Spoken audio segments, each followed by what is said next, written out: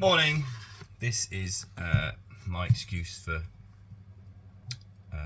taking a break from endless Environment Agency netting consent, which I have to do every year. I just try and keep ahead of the game, keep organised. So today, in all this heat, I've got my fans going, and I'm sitting doing an awful lot of admin, preparing for our winter schedule. But I just wanted to have an add-on for my post about biosecurity. As I mentioned in that video, I did comment on there's a angling, carp fishing, used to be a carp fishing magazine, it's like online now, and there was a well-known angler saying that they're going fishing at a number of venues, and I just put a comment on this and it'd be great if you could, just add one sentence into your vlogs and stuff saying obviously between venues we clean our kit, or between venues we use different kit, or just to show some awareness. And they deleted the comment, which I thought was a little bit childish, but that's kind of what we have to deal with quite often, to be fair. People, if they don't understand something or it doesn't, they just think, oh, I'll delete it, or it might sound a bit controversial. But for me, it's about safeguarding our future, really, or raising awareness and education. That's what it's about. Quite frustrating that was, but yesterday was very hot. It's going to be hot now until at least Sunday, I think. But I just wanted to touch on the fact that when we do a lot of these jobs and you're netting, we've kind of got an awful lot of very fine mesh nets.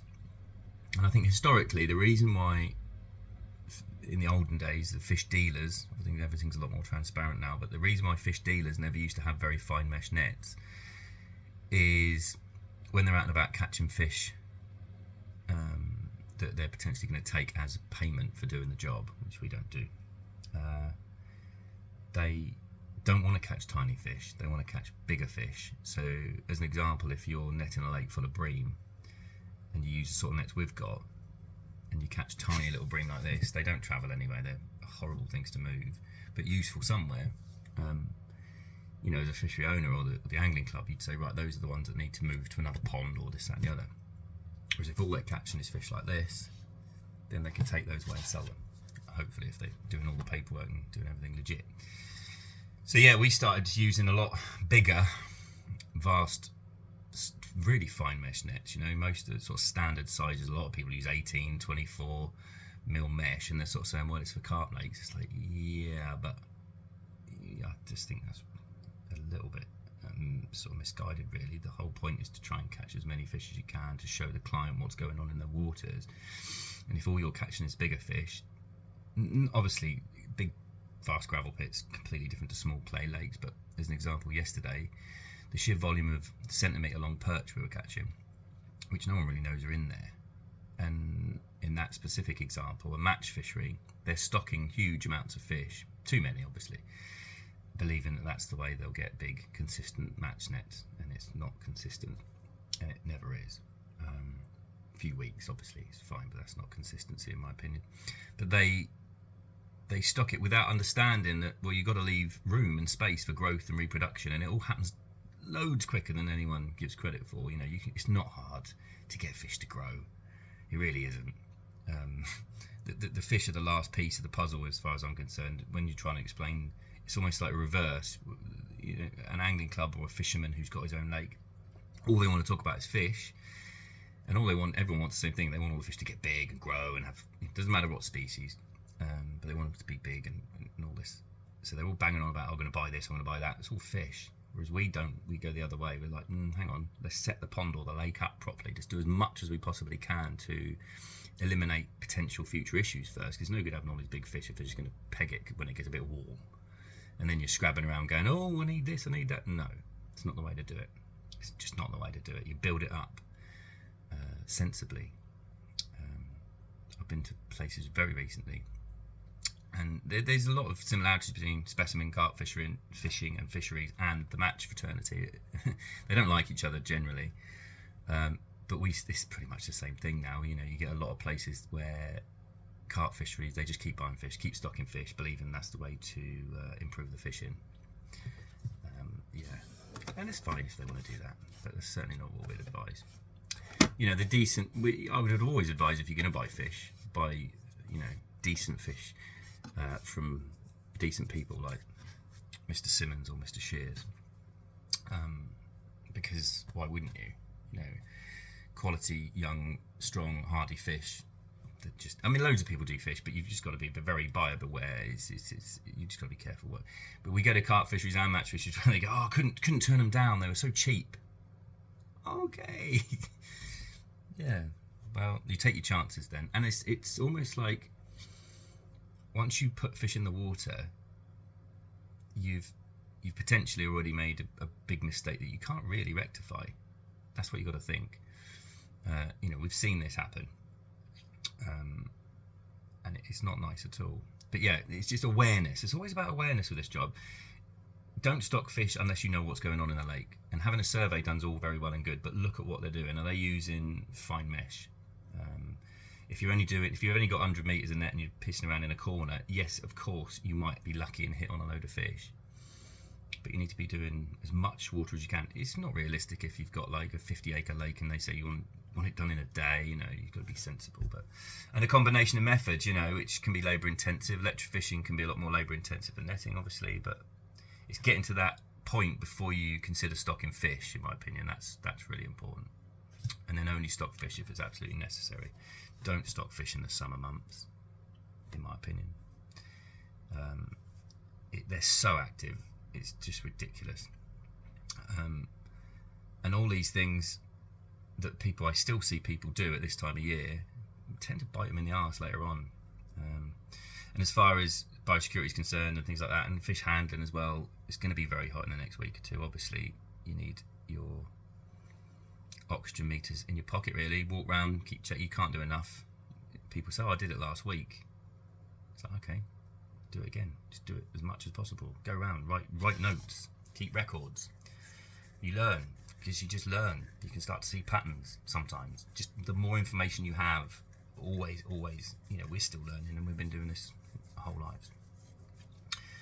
Every day's a school day, because you're dealing with water. We don't actually operate and live and breathe in the water because we can't. So every day we go into it is a new day, as far as I'm concerned. You're never naive enough to think I know. Obviously there's similarities and things that you see between waters that ring true, but you can't be stupid enough to sit there and go, well, this is gospel because it happens there. And it's completely irrelevant. Two bugbears this time of year when it's really, really hot. I don't really want to see my smiley t-shirt. I haven't been to a festival this year. Itching to go to one, but I've been too busy. Anyway, weigh-ins and keep nets and matches when it's this hot, not ideal. But at the same token, you've got to have you've got to be fair. Nor is pictures of 4 or 5 slings in the morning. It all kicked off in the night, bruv. No, that's bad. You know, when people have got it's so hot. It is different in the winter. I'm sorry, but it is. You can fish are totally tough. They're so much stronger and tougher in the winter. But this time of year, everything's at premium. Space, food, oxygen. You need to be sensible. It's like people bragging rights to their mates. Oh, I had 5, so I sacked them all up in retainers, and they're all there waiting for the photos. You'll never see us doing that. In the summer months, it's ridiculous. But again, a lot of it's vanity. People they worry about themselves over the actual fish they're catching. In my opinion, catch a fish, weigh it if you need to, photograph it if you need to, ideally in the water or very close to it, and put it back. Simple, really. Easy, really. Anyone who argues with that, I think, well, why? Because we get it at Waters Rig Control. They want to walk and get the perfect, but I don't agree with all of that. And that is the same sort of thing as a weigh-in at a match. It's cringy, real cringy. And I think that's something that we can really change in the industry, is how, if match fishing is going to continue at that level, how you can weigh in a lot safer. Because it's one thing putting a load of fish in nets. It's just the same as putting big carp in slings for hours on end. Let them rest, all this and the other. No, get them back in the water. Is figuring out ways you can minimise all this sort of the extra stress, because it's not just keeping them in a keep net, it's pouring them through the keep net into a weigh sling to then weigh up a few at a time, and I can't watch that these days. It's cringy.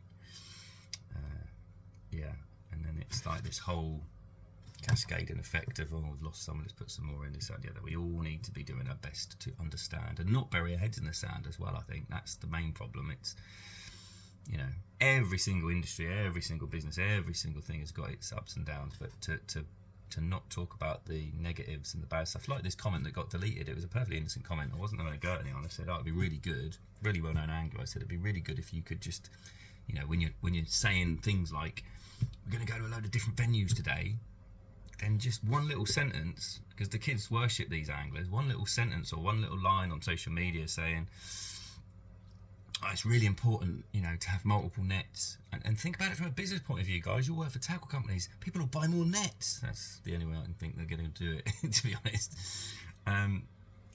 You know, it's just a bit more thought about the industry you work in, as far as not just about sales and catching. You know, think long term. If you've got kids and you want your kids to be fishing in 50 years, like we've had the luxury to do all our lives, you know, there's so many things we can all do. It's not all doom and gloom. We see a lot more positives than negatives these days. A lot more angling clubs are becoming more self-aware and understanding like the realities of modern day fishery management and what's going on. And near enough all of it's climate. Fish are getting bigger, and we're not just talking carp. You know, look at match waters. All the fish are big, and partly the main contributing factors, in my opinion, are predation and climate. Some people will say angling bait, but climate and predation, if you think about it sensibly. So yeah, it's all good. But yeah, I'm just waffling on as an excuse not to sit here and do this all day, probably and tomorrow as well. But once I've done it, it's a good sense of relief to get it all done. So yeah, lots and lots of netting consents. We've got literally, I think we've got, we could still do 1 or 2 jobs in March, netting wise, but we're pretty flat out. And we are taking bookings for next winter as well now, November 2024. I've just taken some bookings for. So yeah, all good. Glad to be busy. Never take it for granted. Trying to improve standards all the time as much as possible. But yeah, we're going to start doing a lot more social media, a lot more interesting stuff instead of me waffling on. As soon as we get out and about, there's loads of new places we're going to. There's loads of stuff I want to do online this winter.